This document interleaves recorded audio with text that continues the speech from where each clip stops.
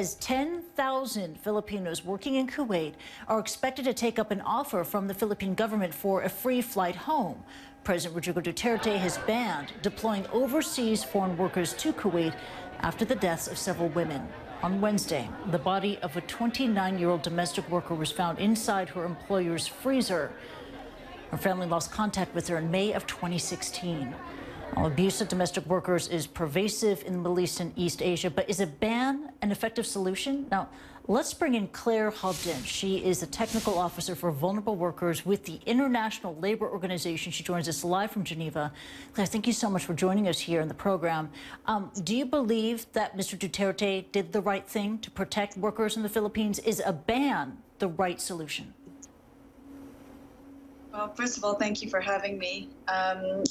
The Filipino government is clearly using whatever tools it has in its possession to try to protect its foreign domestic workers abroad.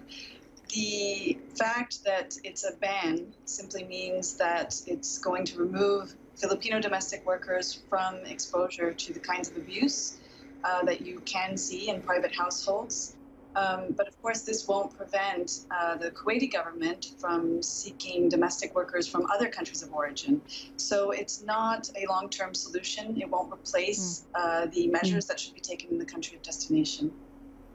Yeah, let's talk about the problem itself. I mean, yes, it was the grisly discovery of a body in a freezer that prompted this ban, but this is not the first time foreign domestic workers have died or been abused in Kuwait. I mean, just how widespread is this problem of migrant worker abuse there?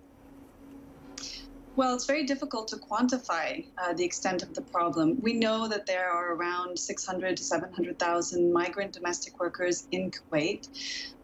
We also know that they were excluded from labor protections for a long time, although that has now changed with some measures that were taken in 2015. And the idea that domestic workers work behind closed doors and they represent a really sizable workforce in Kuwait means that it's very difficult for the government or anyone else really to monitor the extent of abuses that take place within these households. It's one of the main challenges in the sector actually everywhere. Yeah, absolutely. And just to clarify, it's not just workers from the Philippines who are vulnerable to this type of abuse. Oh, absolutely. There are domestic workers from all over the world and many countries that send domestic workers to Kuwait specifically, into the Gulf more generally, Indonesia, Sri Lanka, Bangladesh. There are more and more countries, in fact, that are being sourced for domestic services in countries that have these really sizable and growing care needs. Yeah, and abuse of domestic helpers from all over the world is tragically common in the Middle East and throughout, for example, in East Asia. Why? Why is this happening? Well, we know that there are about 67 million domestic workers in the world, and the vast majority of them remain excluded from labor protections. And the reason why they're excluded from labor protections often comes down to the basic discriminatory social norms. The fact that domestic work is still not really considered real work and that domestic workers are not really seen as real workers, combined with the fact that it's a sector that is really predominantly female. And so it really has to do also with the position of women in society. When it's a largely migrant workforce, which is the case in some countries, it also links up to discriminatory perceptions of migrant workers. So there are all sorts of driving reasons that relate ultimately to social norms and behaviors at the country level.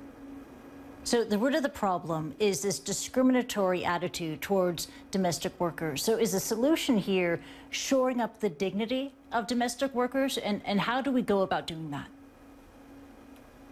Well, absolutely. I think domestic workers around the world are going to work to earn an income like everybody else to support their families. And they often do it knowing that they're going to face extremely strenuous conditions and often very abusive ones. So they are really coming face to face with abuses that they don't have all that much control over.